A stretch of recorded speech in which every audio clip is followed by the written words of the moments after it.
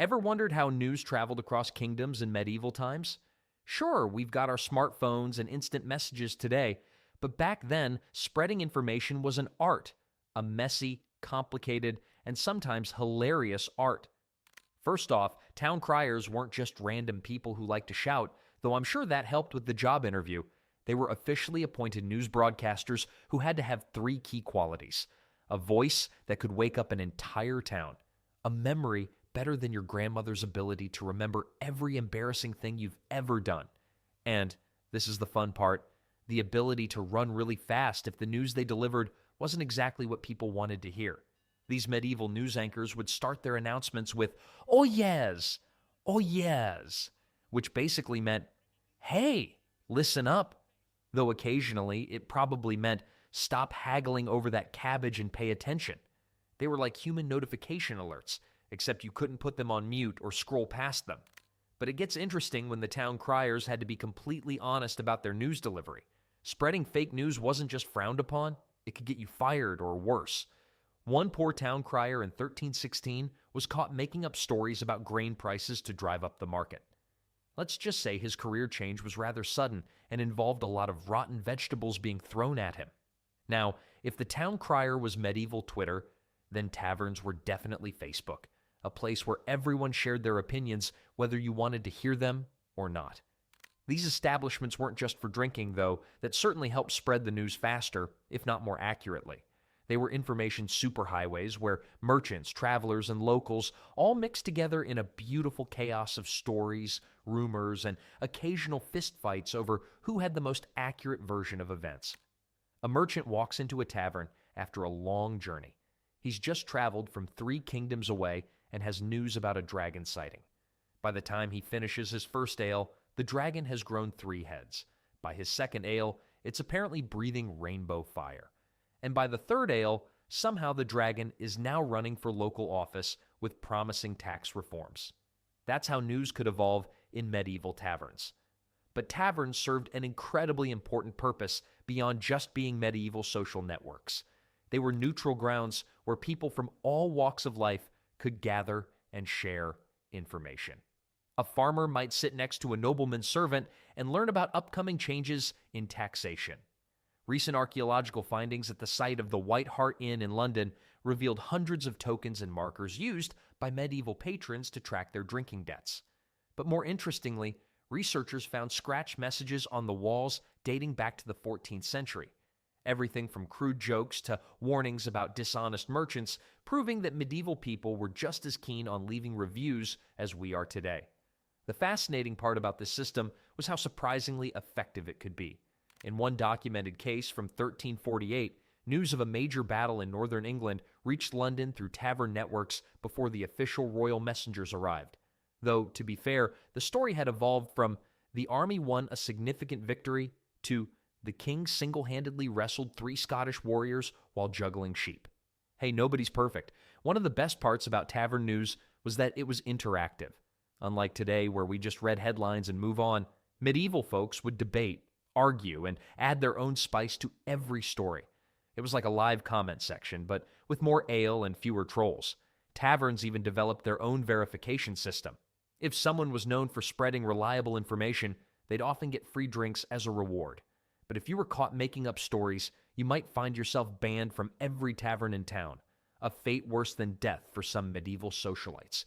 There's actually a recorded case from 1382 where a man in York was banned from 12 different taverns for spreading malicious falsehoods about the mayor's daughter and a traveling circus performer. Now that's what I call medieval fact-checking. Some taverns became so well known for their news sharing that they got special nicknames. The real Ye Old Trip to Jerusalem in Nottingham, which still exists today, was supposedly a key stop for crusaders heading to the Holy Land. Just imagine the stories those walls could tell, though after 8 centuries of ale spillage, they might be a bit tipsy themselves. Speaking of places where news spread like wildfire while taverns were the unofficial channels of medieval communication, there was another institution that played an even more crucial role in keeping everyone informed: the church. Now, you might think praying and news sharing don't go together, but let me tell you about how the Sunday service was basically the medieval equivalent of a news broadcast. While tavern goers were spreading news over their third ale, something more organized was happening every Sunday morning. Church attendance wasn't just about saving your soul, it was your weekly subscription to the medieval news network, and trust me, canceling wasn't an option. The local church was basically the CNN of medieval times, minus Wolf Blitzer and the fancy graphics.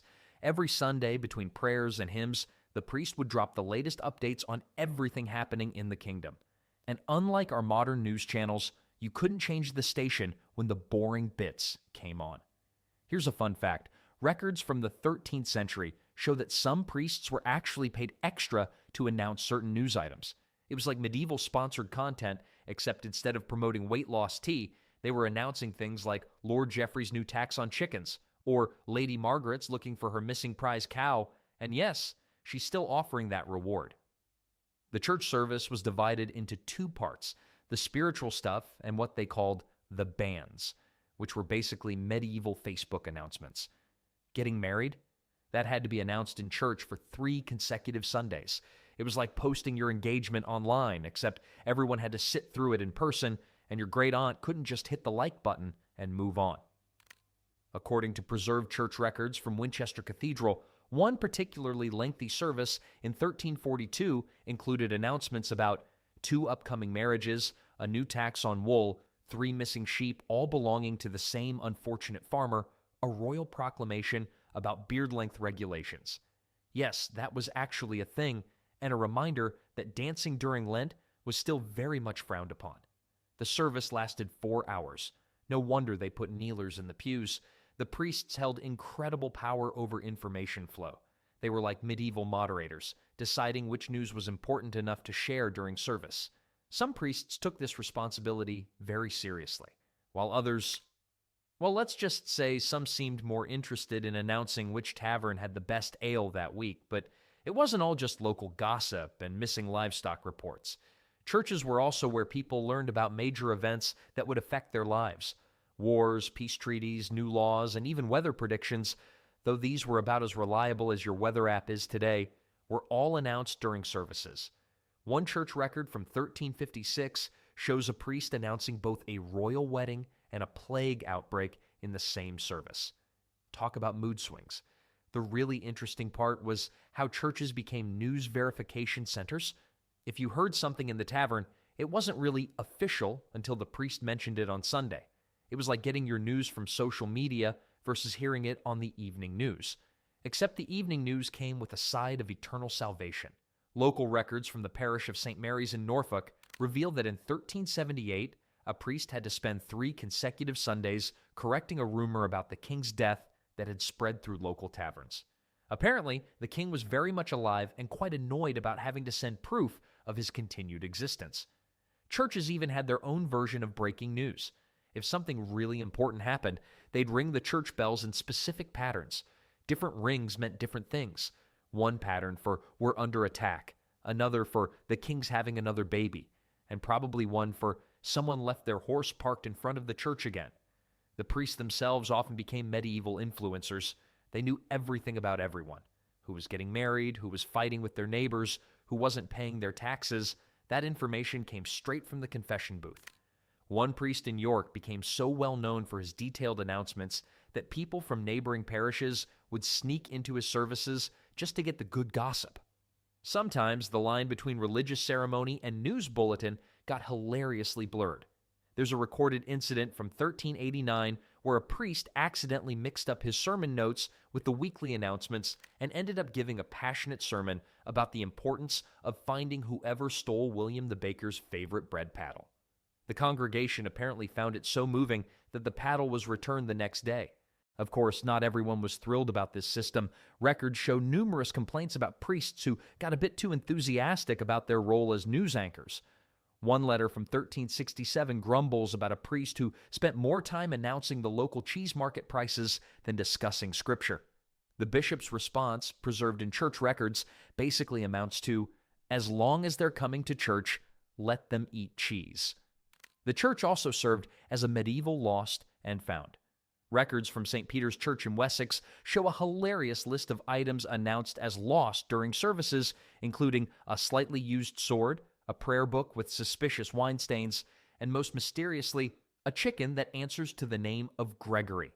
While the priests were busy announcing news from the pulpit, there was another group of religious folk who were meticulously writing everything down.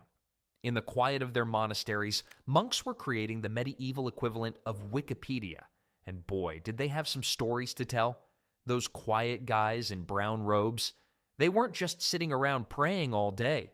Medieval monks were basically running a 24/7 information service center, complete with the world's most expensive handwritten books, and occasionally some very juicy gossip about who did what at the last royal banquet. The monasteries across Europe operated like a giant medieval database. Each one had a scriptorium, a fancy word for room where monks wrote stuff down. And boy, did they write everything down. One monastery in northern France filled 127 books in just 1 year. That's more content than most YouTubers produce, and they did it all with quill pens and candlelight. These guys didn't just copy the Bible. They documented everything from the weather to local events. The monks of St. Albans Abbey kept such detailed records that we even know what the king had for breakfast on specific days in 1234, and apparently he was quite fond of peacock eggs. Talk about expensive taste.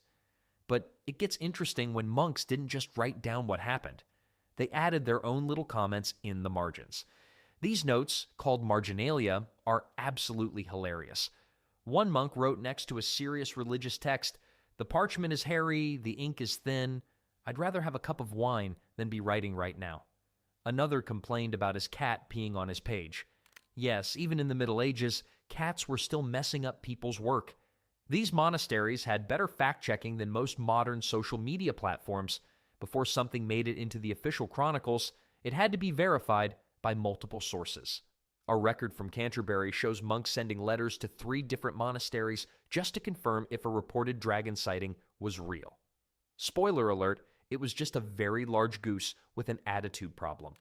Some monasteries specialized in different types of information.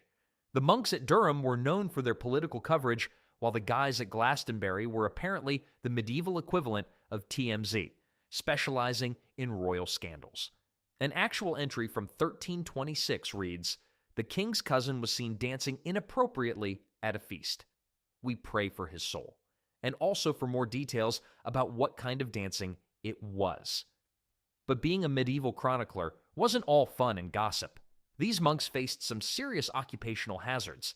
The ink they used was toxic, paper cuts were basically an everyday occurrence, and sitting hunched over a desk all day gave them terrible backaches. One monk wrote in the margin, "If anyone wants to know what a living hell feels like, try copying a book." Medieval workplace complaints? Anyone? Statistics from surviving manuscripts show that an average monk could copy about 2 to 3 pages per day. That means a single book could take months to complete. No wonder they got a bit loopy sometimes. There are actual drawings in the margins of medieval manuscripts showing knights fighting snails, rabbits hunting humans, and what appears to be a breakdancing bishop. The monks also developed their own sort of medieval code language.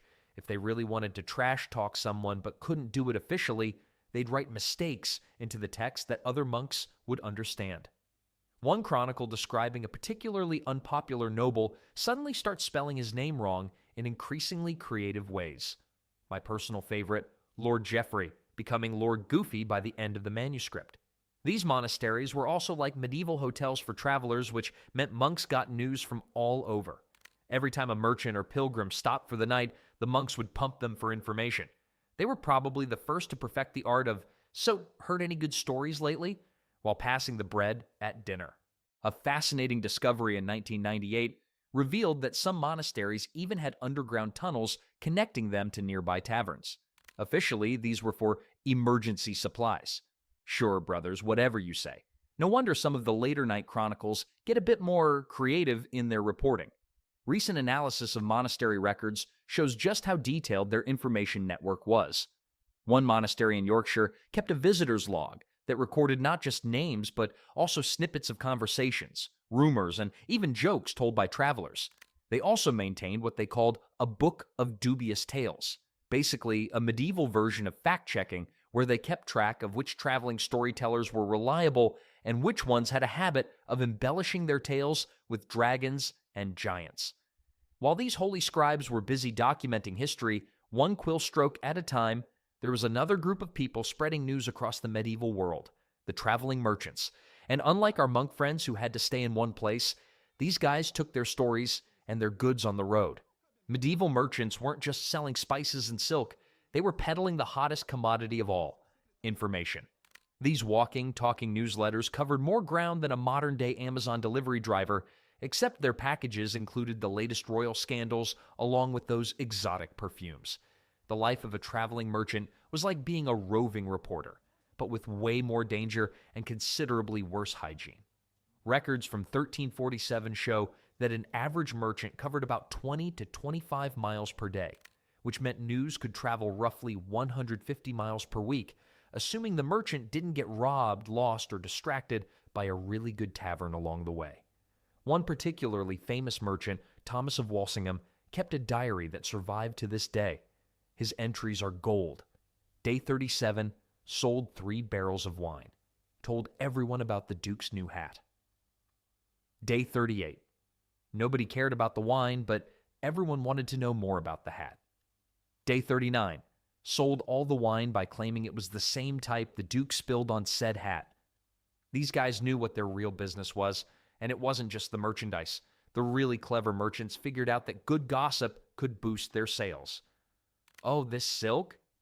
It's just like what the Queen wore when she supposedly slapped the French ambassador. Want to hear that story? Maybe over a look at these fine fabrics? Marketing hasn't changed much in 700 years, has it? But here's the thing about merchant news. Accuracy wasn't exactly their strong point. It was like a medieval game of telephone, but stretched across entire kingdoms. A story that started in Paris as the king bought a new horse could arrive in London as the king turned into a horse after a witch cursed him. Archaeological records from trading posts show how stories evolved. One logbook from 1356 tracks the same piece of news through different merchants, each version getting progressively more dramatic. Some merchants specialized in specific types of news. The spice traders were known for their political gossip, probably because they dealt with noble households, while cloth merchants were the go-to source for fashion disasters and social scandals. One cloth merchant's records from 1382 include detailed descriptions of 7 different noble ladies wearing the same dress to the same tournament, the medieval equivalent of a fashion faux pas news site.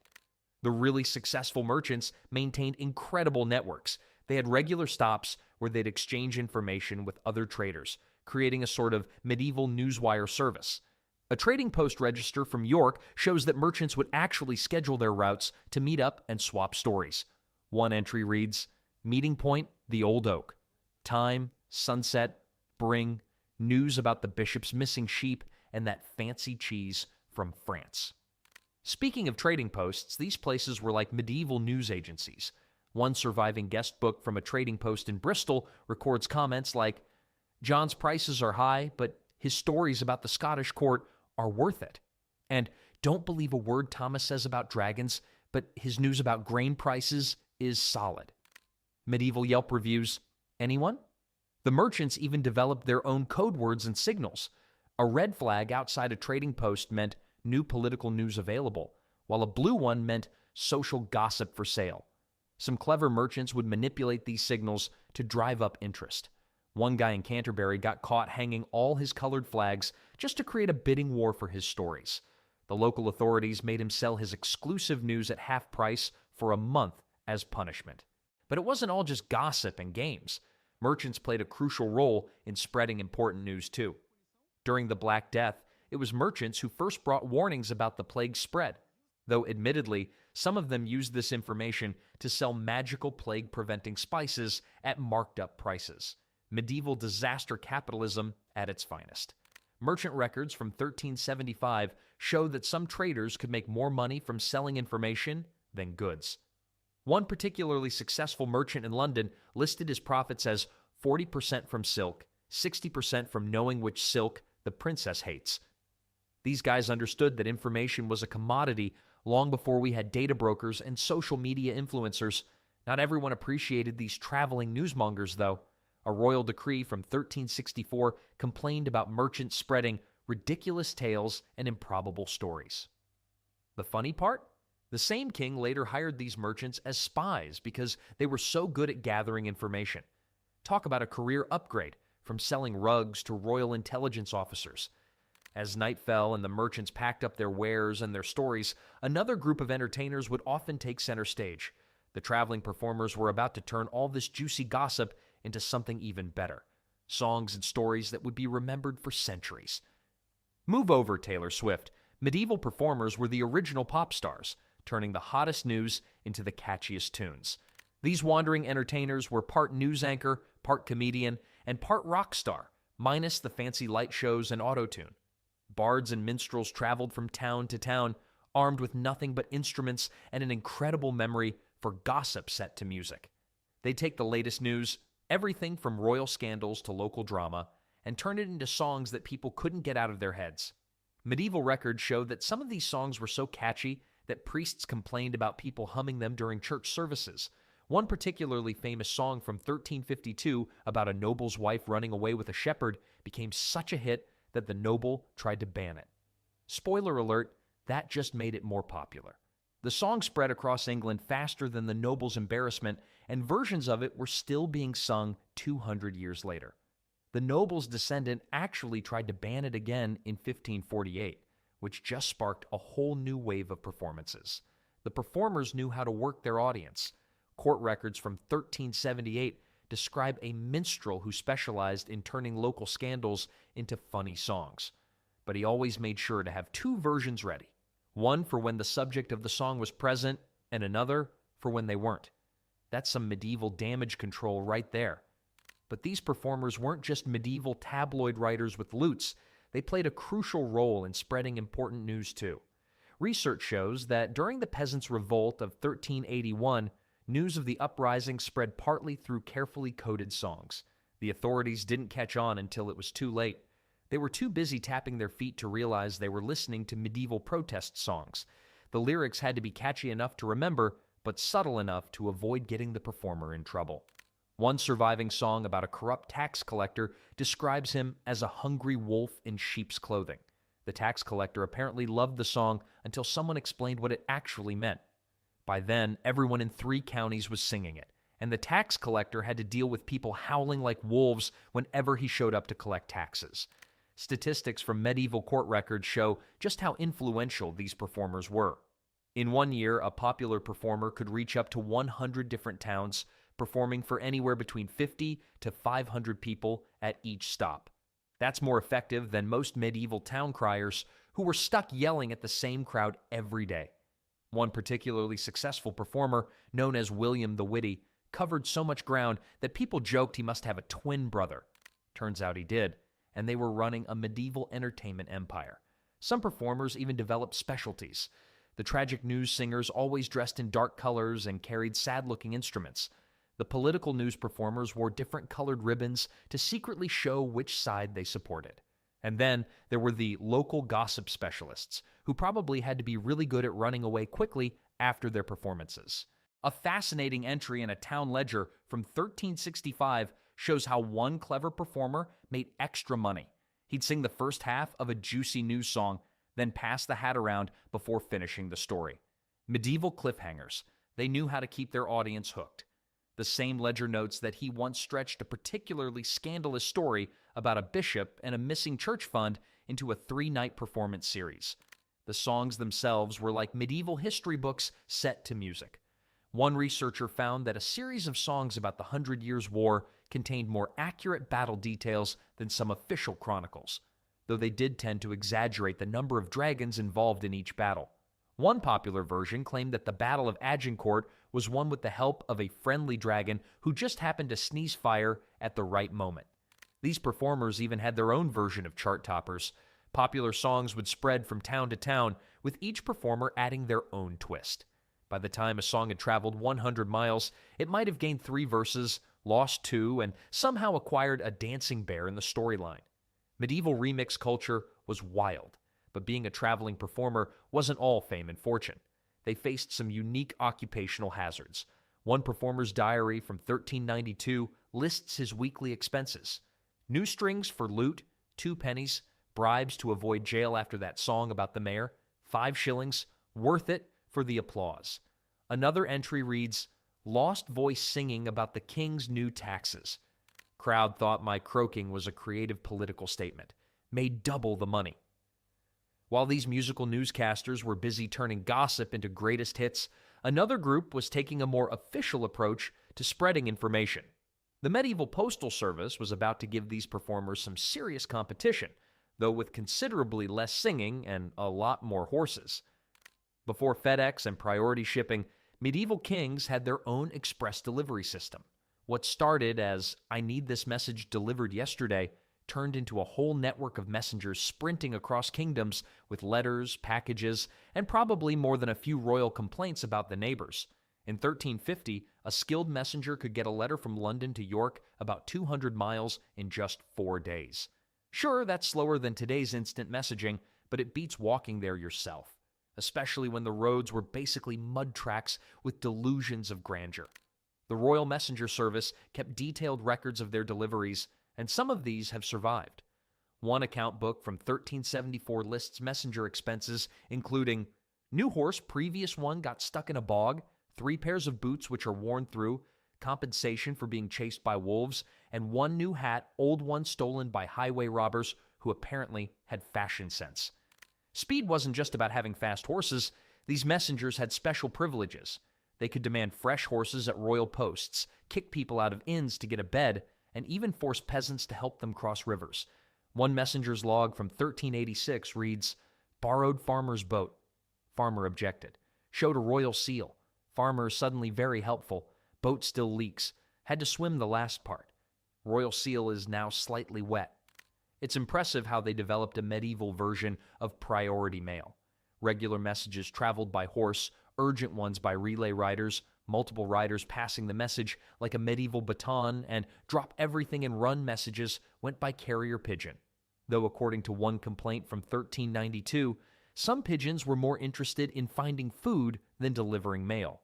One frustrated messenger wrote, "Pigeon delivered a message 2 days late. Found it nesting in the castle kitchen. Suspect bribes of breadcrumbs involved." Statistics from royal records show the scale of this operation. In 1360, the English Royal Messenger Service employed over 200 full-time riders and maintained staging posts every 20 to 30 miles along major routes. At each post, they kept fresh horses, spare boots, and probably a lot of bandages for saddle sores. The annual budget for the messenger service was more than what some small towns made in a year, though considering these guys were basically carrying medieval state secrets, it was probably worth it. But it wasn't just about getting from A to B. Medieval messengers had to be part diplomat, part actor, part escape artist. They often had to memorize messages in case they were robbed. One messenger famously delivered his message while disguised as a wandering juggler. His account simply states, "Juggling skills are poor. Drop balls on Duke's foot. Message delivered. Never juggling again." Royal messengers even developed their own secret codes. Different colored wax seals meant different levels of urgency. A red seal with gold flecks meant, "Wake up the king now," while a plain brown seal meant, "Whenever you get around to it." One messenger got in trouble for using a fake urgent seal just to get better service at inns. His punishment? He had to deliver all his messages by walking for a month. The job came with some unique perks. Messengers could claim free food and lodging anywhere showing the royal seal. Some clever ones apparently made detours just to visit inns with good reputations. A stern note from 1389 warns messengers that the fastest route between 2 points is not the one with the most taverns. Another note adds, "Stop reviewing inns. You're messengers, not food critics." But being a medieval mailman wasn't all fun and free meals. These guys faced real dangers. One surviving report lists hazards including bandits, wolves, angry peasants, suspicious foreign guards, and occasional dragons, which are probably just large lizards, but better safe than sorry. The report goes on to detail recommended survival strategies, including, when confronted by bandits, remind them that stealing royal mail is punishable by death. If that fails, run a zigzag pattern. Most bandits are too lazy to follow. The postal system even had its own version of delivery confirmation. Recipients had to sign for important messages, though some of these signatures are interesting. One nobleman, apparently unable to write, just drew a picture of a duck. It became his official signature after that, proving that even medieval bureaucracy had a sense of humor. Another lord's signature was described as possibly a horse, maybe a cloud, definitely not legible. While these official messengers were galloping across the countryside with their important letters and suspicious-looking seals, another group was gathering information in a much sneakier way. The medieval spies and diplomats were about to show everyone how to really keep secrets, or at least try to. The medieval world had its own version of James Bond, just with worse clothes and no fancy gadgets. Instead of high-tech spy gear, these medieval intelligence agents had to rely on wit, charm, and an amazing ability to look interested in really boring dinner conversations. Records from the English royal court show that by 1375, every major European kingdom had at least a dozen official observers in rival courts. That's medieval speak for spies who were really bad at keeping their cover. One French spy's expense report included new hat to look more English and English language lessons. Additional note, apparently saying pip pip repeatedly does not make one sound English. The most successful spies weren't the shady characters lurking in shadows, they were the boring officials nobody paid attention to. Court documents reveal that one of England's best spies was a guy whose job was to count sheep for tax purposes. Nobody suspected him because everyone fell asleep whenever he started talking about sheep counting methods. His reports were hidden in endless scrolls about wool production trends. Medieval spy training was surprisingly thorough. A training manual from 1382 includes lessons on how to pretend you're drinking while actually listening, looking stupid while being clever, and excuses for being caught in the wrong castle corridor. The top excuse? I was looking for the bathroom. Apparently, some things never change. The manual also advises, if caught in royal chambers, pretend to be sleepwalking. Warning, this excuse only works once per castle. Diplomatic missions were perfect cover for spying activities. One ambassador's diary from 1394 reads, Monday, discussed peace treaty. Tuesday, attended feast. Wednesday, counted enemy troops while pretending to admire castle walls. Thursday, got caught counting, claimed I was really into architecture. Now, I must attend a 3-hour lecture on flying buttresses. Friday, actually becoming interested in architecture. This may be a problem. Diplomats developed a whole system of hidden messages in their official letters. A letter might talk about trade agreements, but the real message was in things like the spacing between words or tiny marks on certain letters. One preserved message appears to be about wool prices, but actually warns about troop movements. Though sometimes these coded messages got mixed up, there's a record of one king preparing for war because someone misread a wine order as a warning about invasion. The kingdom mobilized its entire army only to receive a shipment of really expensive wine. Medieval spy budgets were surprisingly big. Royal accounts from 1388 show that England spent more on foreign intelligence than on royal entertainment. One spy's expense report lists 50 gold coins for bribing guards, 20 silver pieces for tavern gossip, 5 copper pennies for actual spying work, 2 gold coins for hangover cures. Clearly, medieval espionage involved a lot of drinking, but being a medieval spy wasn't all secret messages and fancy parties. These guys faced real dangers. One spy's last report simply reads, cover blown. If you're reading this, I'm probably in a dungeon. Please feed my cat. P.S. The orange one is not actually my cat, but keeps showing up anyway. Don't feed that one. It's probably a spy, too. Diplomatic immunity didn't always help. One ambassador's report complains, host kingdom claims diplomatic immunity doesn't cover being caught in the royal library at midnight. Strongly disagree. Currently writing this from a surprisingly comfortable prison cell. Having convinced guards I was just really enthusiastic about late-night reading. Now, teaching them to read. May have accidentally started the first prison education program. Some spies were so bad at being secret that they became famous. A note from 1391 mentions, that spy from Bavaria who everyone knows is a spy, but we pretend not to notice because he's really good at juggling. Another record describes a spy who was so obvious that people started asking him for updates about his own spy activities. He eventually gave up and became a town crier. The competition between rival spy networks got pretty intense. One kingdom's spies spent 3 months spreading rumors that their king had invented a secret weapon, just to watch rival spies waste time trying to find it. The weapon turned out to be a new type of cheese grater. The rival kingdom's response? They sent the cheese grater spy network a very nice cheese basket with a note saying, "Well played."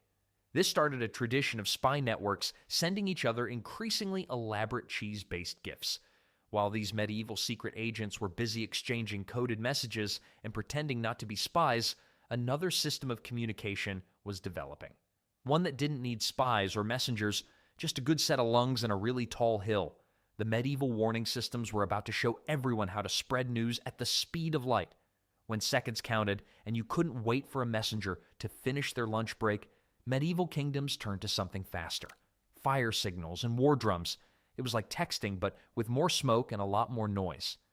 Archaeological evidence shows that by 1300, England had over 150 official signal stations.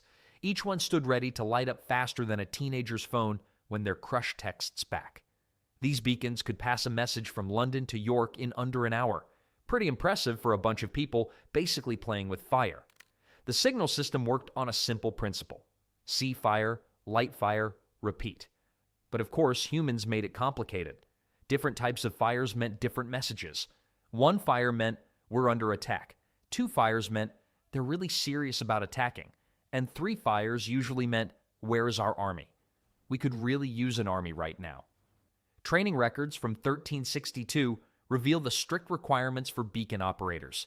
They needed perfect eyesight, the ability to stay awake during night shifts, harder than it sounds when you're staring at an empty hill for hours, and most importantly, the wisdom not to light the beacon just because they saw a farmer burning leaves.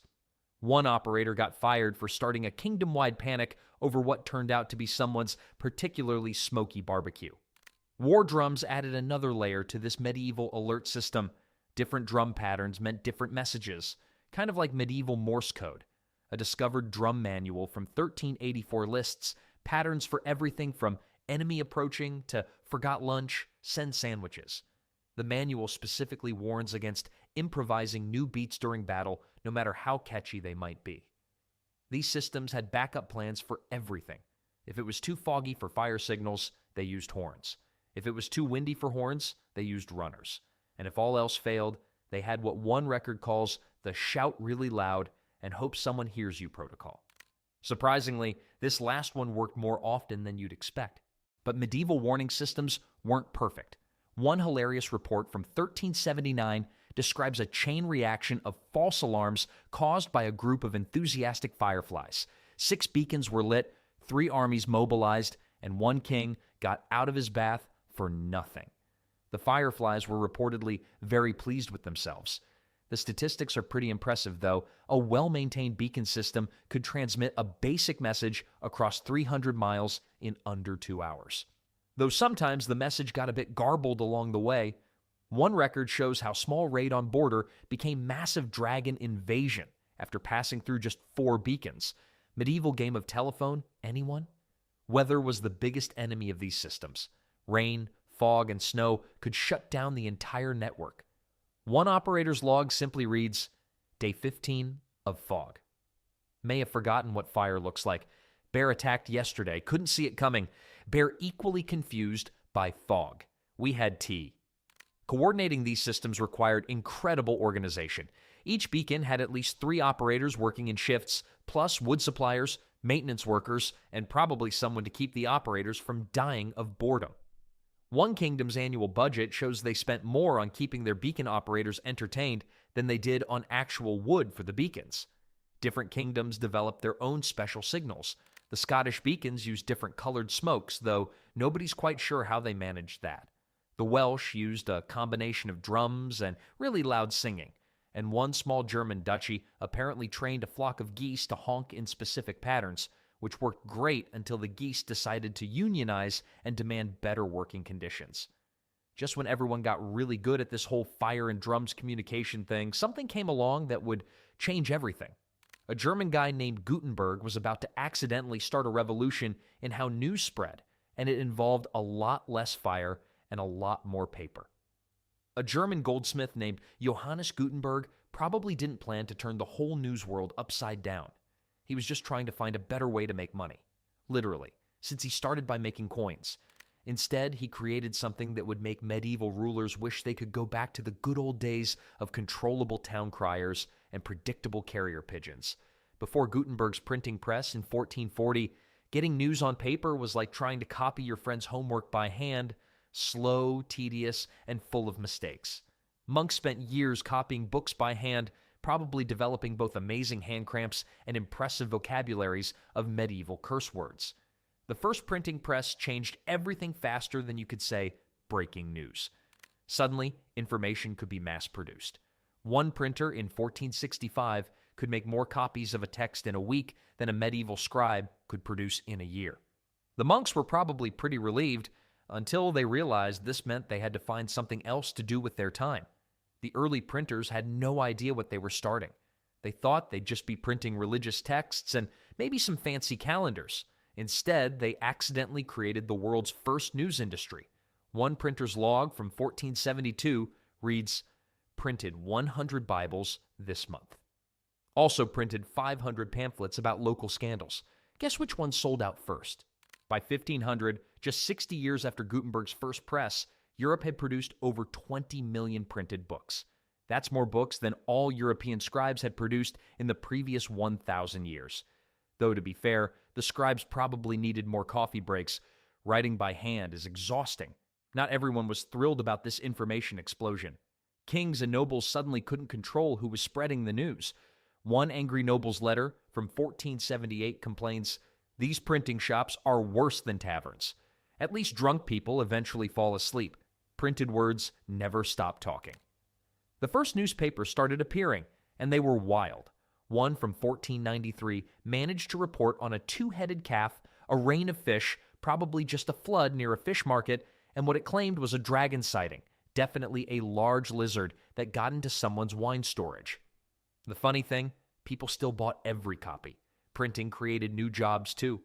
Besides printers, you needed people to write news, people to sell news, and people to tell other people their news was fake news.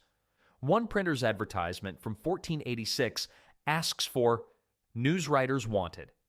Must be able to make boring things sound exciting and exciting things sound believable. Poetry skills are a plus. Please no more dragon stories. But the real revolution was in how fast news could spread. In 1495, news about a political scandal in Rome reached London in printed form before the official messenger arrived with the same information.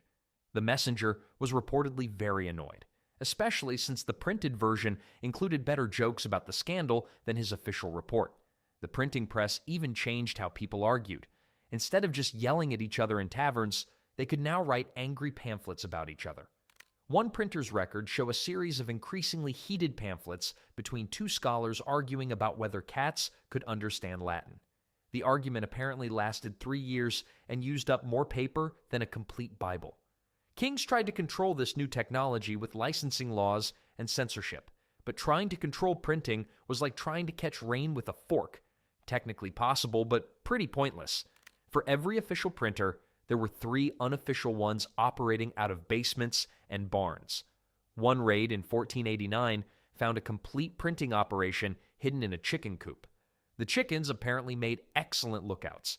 This revolution in news sharing would eventually lead to things we totally take for granted today, like being able to read about what your neighbor had for breakfast without actually having to talk to them. Progress, right? And that's how medieval people managed to spread news without a single smartphone or social media account. Though sometimes you have to wonder if our modern methods are really that much more reliable than a town crier with a loud voice and good running shoes.